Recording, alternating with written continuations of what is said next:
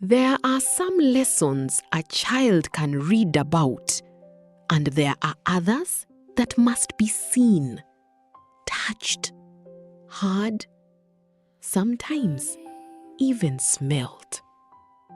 There are lessons that live between the pages of a textbook, and then there are lessons that begin when the classroom door opens. A child may learn about a chicken, but what happens when that child stands beside hundreds of them? They may learn about fish, but what happens when they look into a pond and see fish moving beneath the water? They may hear about vegetables, but what happens when they touch the soil where those vegetables are growing?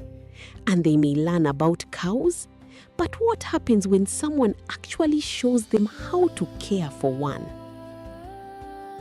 For these pupils of Our Lady of Africa Junior School, Bukasa, one ordinary school day was about to become something much bigger. Not simply a journey, but an encounter with a world they had mostly known through lessons. A world of ideas, a world of questions, a world of possibilities, and perhaps a world that would follow them home. Every meaningful journey begins with a reason. And behind this particular journey was a teacher who believed that learning should not end when the bell rings. So the purpose of this study was basically to connect what the student learn in the classroom with what is outside there in real life. His idea was simple. Take the pupils somewhere they could see knowledge in action. But why Naro? Because here, the things pupils encounter in books are not simply words. They are living things, growing things, working systems, real challenges, and real solutions. The teacher wanted the pupils to see agriculture not merely as something farmers do, but as a science, a business, a skill, a responsibility, and potentially a future.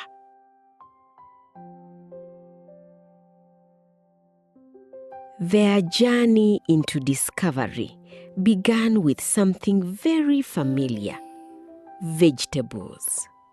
Something most children see on a plate, but rarely stop to ask, where did this come from?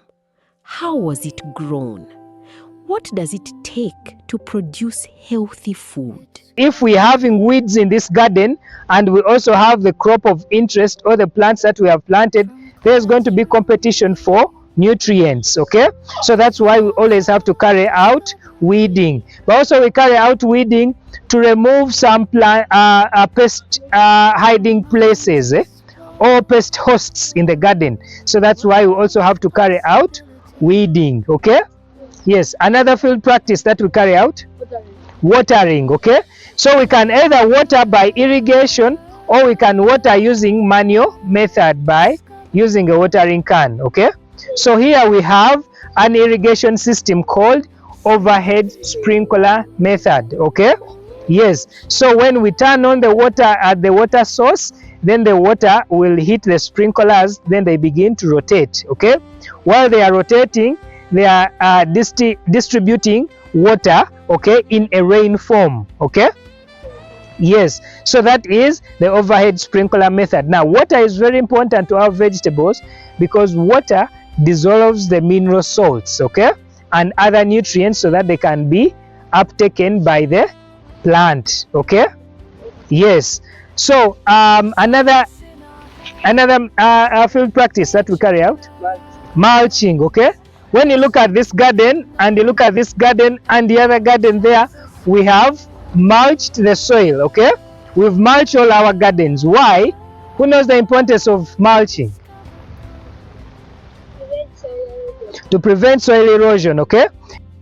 Here, the pupils were not simply looking. They were listening, observing, questioning, connecting what they saw with what they had already learned in school. Urban farming, the definition is the planting of crops on a small scale using waste materials. Let me say, like, you get your old jerry cans, you're no longer in their use, but you say, why should I waste them and I pollute the environment? You instead get them, you cut it, you put soil into it, and then you plant your crops there.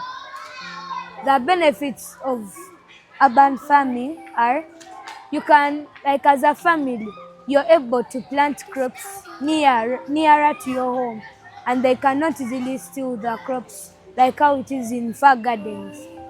And another thing, it takes a small space. Like you can have a small compound, but you just see it that only the veranda of your house is the space that urban farming can take up.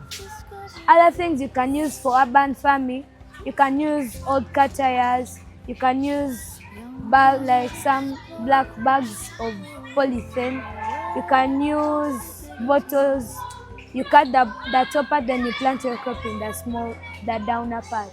When I get home, I shall encourage people and myself to grow tomatoes in nursery bed to prevent a lot of expenditures and also to supplement our diet. And sometimes the most important lesson is not the one the teacher planned, but the one a child suddenly discovers for themselves. Then came another world beneath the surface: fish farming. For many of these children, fish may simply be something served at home, but here they began to see the story behind it. The rearing of aquatic animals in controlled environments. So examples of controlled environments, we have ponds, we have tanks, we have reservoirs, we have cages, okay? So the units you're seeing here, or the structures you're seeing here, are all called tanks. Examples of aquatic animals? Yes. Yes. Hippopotamus. Good. So all those animals we know, okay? There are very many other types of fish, but for us here we have only two. One is the African catfish. African catfish. And the other one is the Naro tilapia. The reason as to why we call them Nile tilapia is because we got them from the Nile. So that's why they carry that Nile. So the catfish are up there. But unfortunately, we shall not be able to see the catfish. Why? The water is dirty, too dirty. And the other thing, catfish are bottom feeders. So they are always at the bottom. Okay? Yes. Remember, they are predators and they are bottom feeders. So as I said, we have this one is the breeding. We all know what is breeding. So in there, in that tank you're seeing, we have 200 pieces of fish. We have 150 females and 50 males. Yes.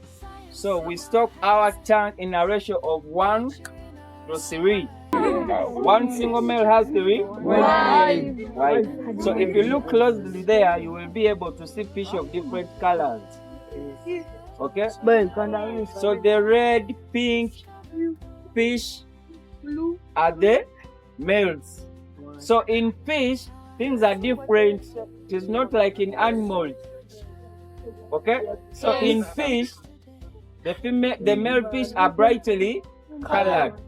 The reason as to why they are brightly colored is to attract the females. That's why we put in few males, and many females. So when we put a female fish and a male fish together, the female fish will lay eggs.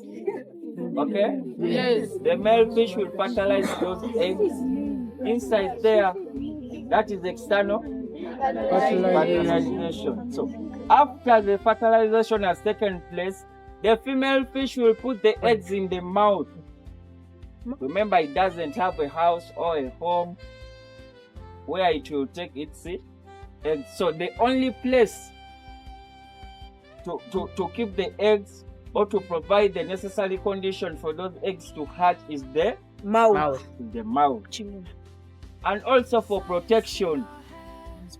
So the female fish will put the eggs in the mouth for 21 days. So for us, after 21 days, we come with what we call a fry seining net. Because we know after 21 days, those eggs have now hatched. And if you look closely on the water, you will be able to see the fry. Not now, because the 21 days have not yet reached, okay? Yes. We use that fry seining net. We seine out all the fry and put them in a separate tank where we give them special care very well. Yes. Why don't you leave them there? Why do you separate? Why do we separate them? One, they don't eat the same size of food. So, from that tank, we call it a fry nursing tank. Inside there, we turn all the females to males. How do we do that? We feed them with a feed treated with hormone, a male hormone. So that hormone only has an effect on female fish. The reason as to why we turn them to all males is because male fish grow faster and big. So if you look there, you will see those pink red fish. They are slightly bigger. Okay? Yes. So that is one of the reasons as to why we turn them to all males. They learned that raising fish requires knowledge, the right environment, proper feeding, management, observation, and patience. My name is Itapna Menja Victorious, and I'm a pupil at Our Lady of Africa Junior School, Bukasa. My experience in Naro was about aquaculture. In aquaculture, we learned that it is the rearing of fish in fish ponds. When we are rearing fish, we need pellets to enable them grow fast, and that is the food that they mostly require. And also, when we are starting up a fish industry, we need to feed them properly. We need to give them a proper house management for proper growth, and we also need to feed them, to manage them. When we manage them, they'll grow bigger and bigger, and we shall get a good source. A pond can look quiet, but behind that quietness is a carefully managed system. And that is one of the beautiful things about experiential learning. A child does not simply hear an explanation. They see the explanation working. Then came poultry. Perhaps one of the simplest projects for a young person to imagine taking home. But before an idea becomes a project, it needs knowledge. Okay, a brooder is a place where we rear chicks from day 1 up to 8 weeks. We have 2 types of brooding. We have the natural one and the artificial one. Who can explain for us artificial brooding?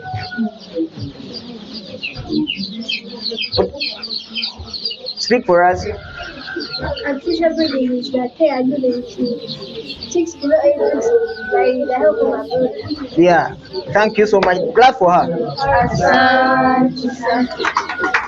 Okay, what about the natural brooding?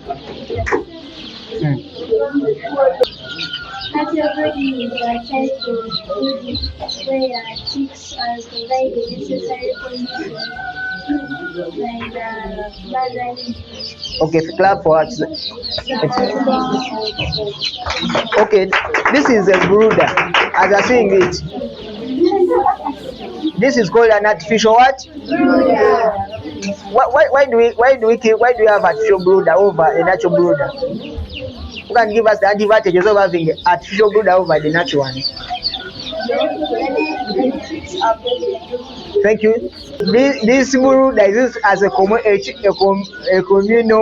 purpose for communal purposes. Many chicks are hatched. Like 1,000 birds can be kept here, which is rare with the what? The mother. It can even save time. So in the hatchery we have an incubator. Is the machine we use for incubating the egg. So we have 3 positions to make our egg before being incubated and hatched. Who can give me some of the egg now of the yes, the worm. We need the worm. The pupils learned about caring for chickens, feeding, housing, cleanliness, management, and responsibility. But something unexpected happened. The lesson did not end at Naro. It traveled home, inside the minds of the children. Yeah, so by when I reach home, I want to tell my parents to start a poultry project, and I would like to be the manager of it because I learned so much from Naro. One pupil was already thinking beyond the tour. Not simply, what did I see? But, what can I do?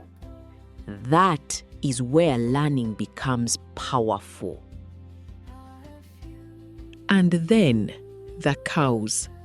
For some children, a cow is simply a cow. But responsible dairy farming involves much more than owning an animal. It involves feeding, housing, hygiene, health, observation, and good management. Milk production, For meat production, cattle can be sold to get money, hooves and skins, the hides, yes. Labor, someone has said labor. Anyone else? Horns, bride price, very good. So those reasons you've given are all valid. Those are some of the reasons that's why we keep cattle. What do we call this under which the cows are?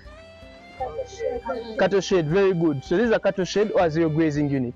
It is used for the particular form of grazing called zero grazing, right? Now under zero grazing, we have a particular trait, something special about zero grazing.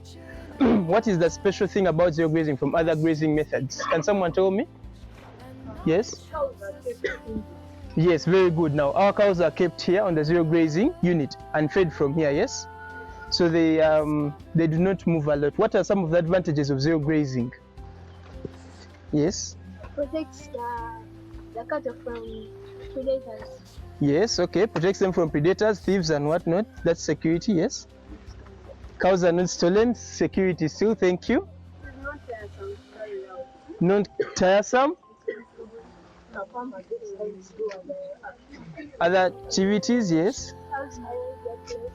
Very good. So those are some of the reasons. Other advantages of zero grazing, you know diseases? Diseases spread through contact, sometimes, yes? So if we do communal grazing, when our cows get sick, now that's another advantage. Communal, the zero grazing helps us protect our animals from external diseases, yes? You see that there behind you? What is that?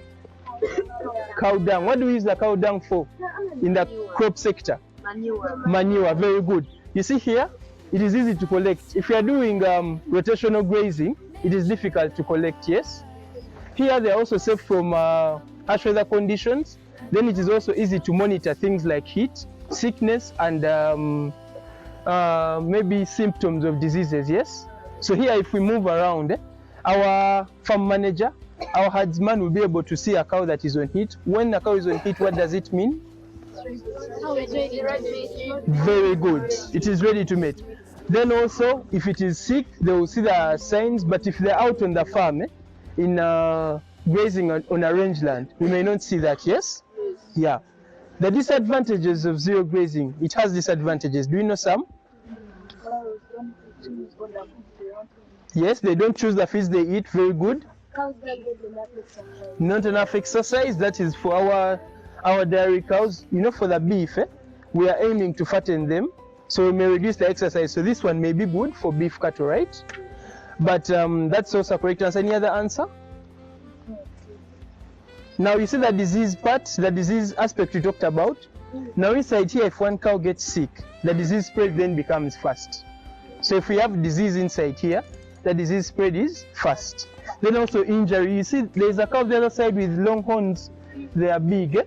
That cow can injure the rest because they do not have where to run. Yes? Dad and Mom, I'm going to come back home to manage the farm. The pupils were introduced to practical knowledge that cannot be fully understood from a classroom diagram. They could see the animal, they could ask questions, they could watch the demonstration, and they could connect science with something that exists in everyday life. But perhaps the most important part of this journey came after the lessons. The teacher issued a challenge. Don't simply go home and tell your parents what you saw. Do something with it. Start small. Grow something. Raise something. Experiment. Learn. Manage. And discover what you are capable of doing.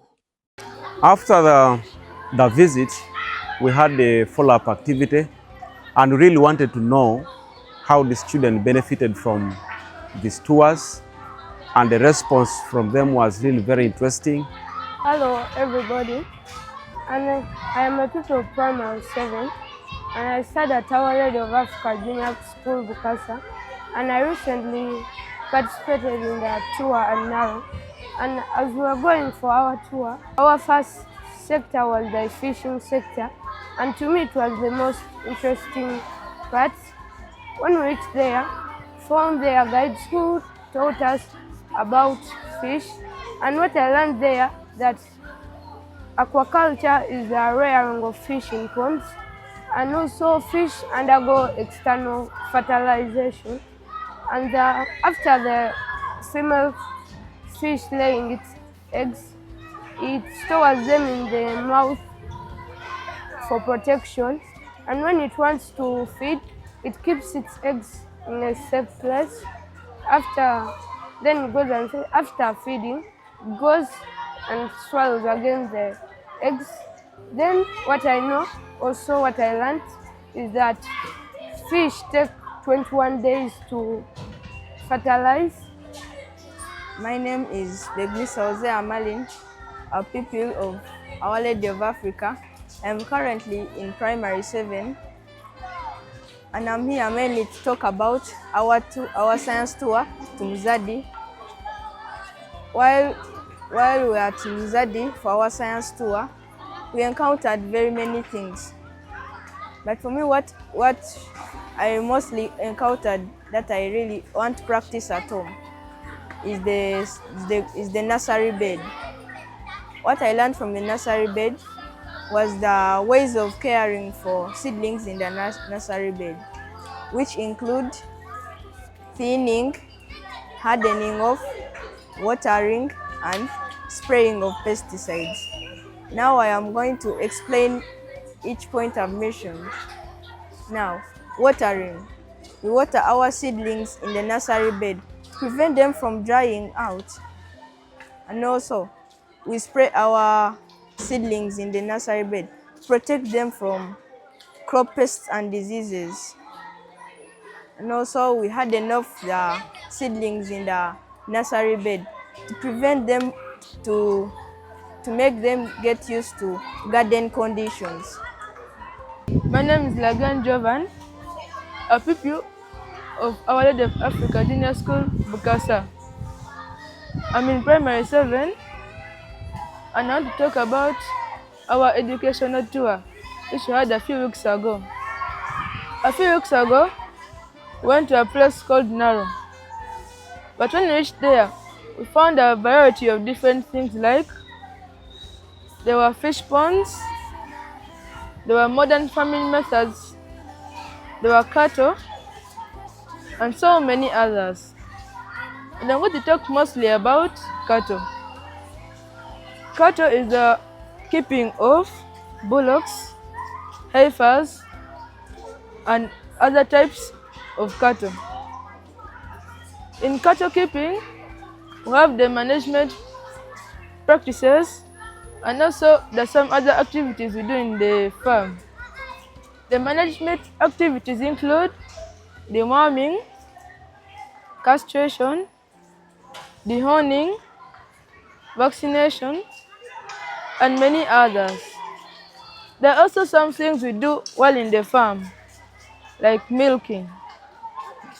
In milking, we have two types of milking. We have machine milking and hand milking. But I'm going to talk mostly about hand milking because it is cheap to do. In hand milking, we're going to use our hands to milk the cow.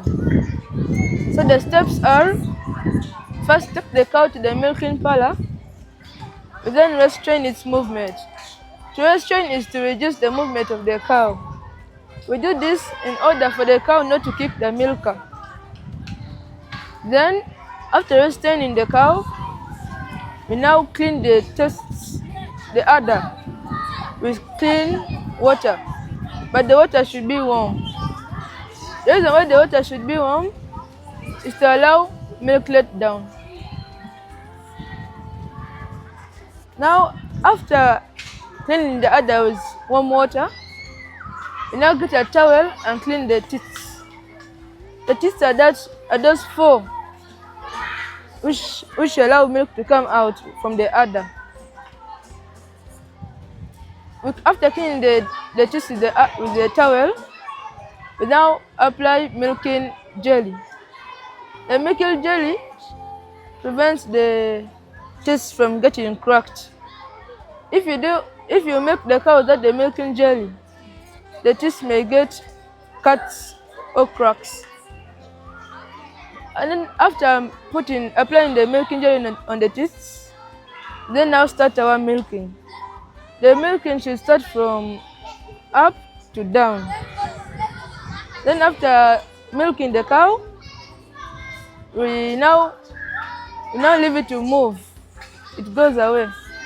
And now we can put our milk in a clean container and then boil it. I advise my fellow friends there at the village to also follow these milking procedures. So now I've learned all the necessary things I should do in the farm, and when I go back in the farm, I'll make sure I follow out the good milking practices and the good cattle management practices. Hello, my name is Kakoza Joash, a pupil of Primary 7 at Our Lady of Africa. And some few weeks ago, we went to Naro for an educational tour. While we were there, we saw a lot of fascinating stuff, but what I really got interested in too was poultry. Now, when we reached there, we got the different definitions, like the meaning of poultry. Poultry means different domestic birds kept at home. Now, then poultry keeping means the rearing of domestic birds at home. Now, examples of those poultry birds include turkeys, hens, cocks, pigeons, and ducks. So when we went to Naro, we found different systems of keeping poultry, which included cage system, free range system, and many others. Including, then after we saw a brooder. A brooder is where chicks below 8 weeks are kept.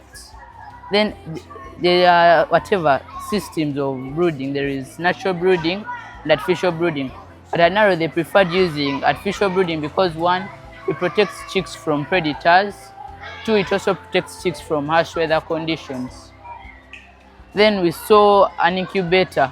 An incubator is where eggs are kept and they are provided with the necessary conditions for hatching.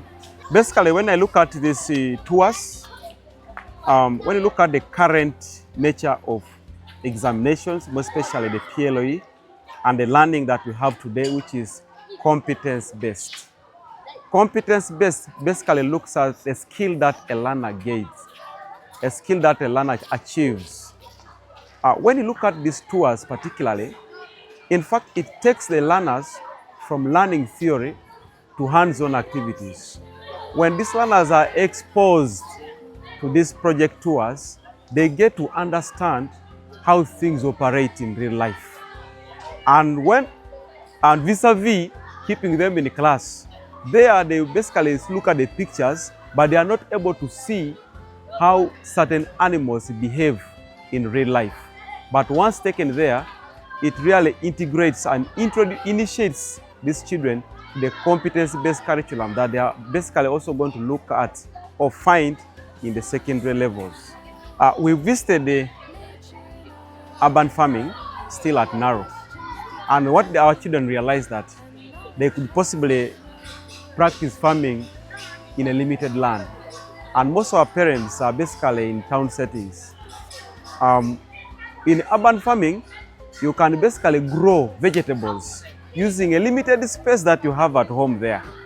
And when I talked to my learners that participated in the tours, they really understood that even growing vegetables in a home is possible. We can even actually use the waste that we normally have at home there. You can use old jerry cans, cut them, put some soil in them, and some vegetables can grow in there. And basing on my learners, they are really waiting to go back home and do some bit of urban farming using the limited land that they have in their compound. We have also launched a challenge to our learners, and this one is going to be done now. They are going back for their holidays, but we have launched a challenge on them to go and practice the urban farming using the limited land that they have at home in that compound. They can also grow vegetables, and they can also as well use chicken. They can also rear the chicken. They have learned the skills of feeding, managing diseases, and how to control the diseases. So now we want them to go home and practice feeding the chicken, managing the diseases, but also growing vegetables at home, which can later be used as food at home. We have also challenged them to send some pictures to our different platforms. And this one is basically to give us that evidence that shall be shared and also placed in the Hall of Fame here in our school here. Thank you.